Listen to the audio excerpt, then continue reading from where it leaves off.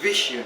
SPEC is a dynamic institution of higher learning which is accessible, globally, competitive, culturally, and morally, sensitive towards sustainable ecotourism and natural resource development. Mission.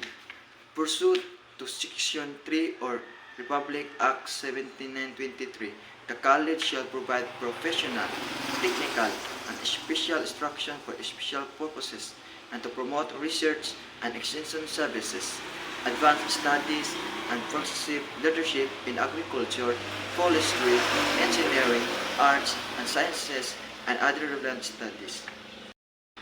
Objective of the college: to provide training in the various fields of engineering and technology, agriculture, art, science, education, marine, biology, and other relevant studies.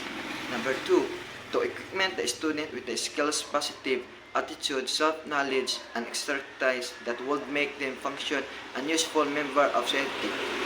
3, to cultivate students of business and industry.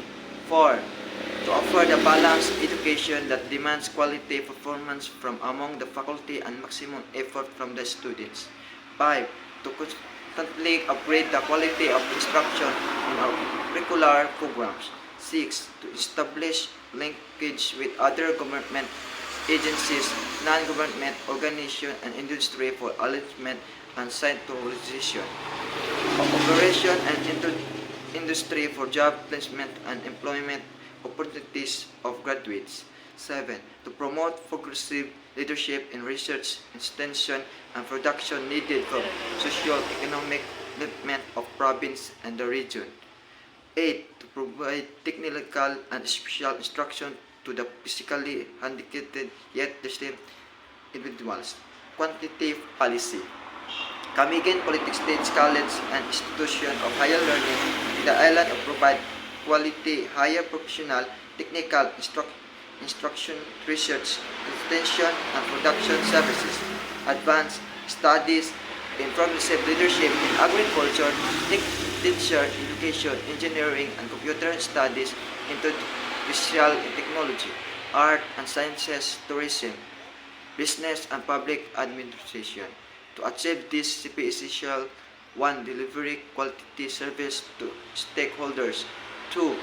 Adhere to regulatory requirements, establish professional and ethical standards. 3. Adopt change in education system that required by law. 4. Forge agreement with the SUCS and land agencies locally and internationally. 5. Update the qualification and strengthen competence of faculty members. 6. Improve case processes and produce in developing quality, introduction, and relevant research and extension services. 7. Pursue continued improvement of quality management system as higher learning institution and partner in sustainable development.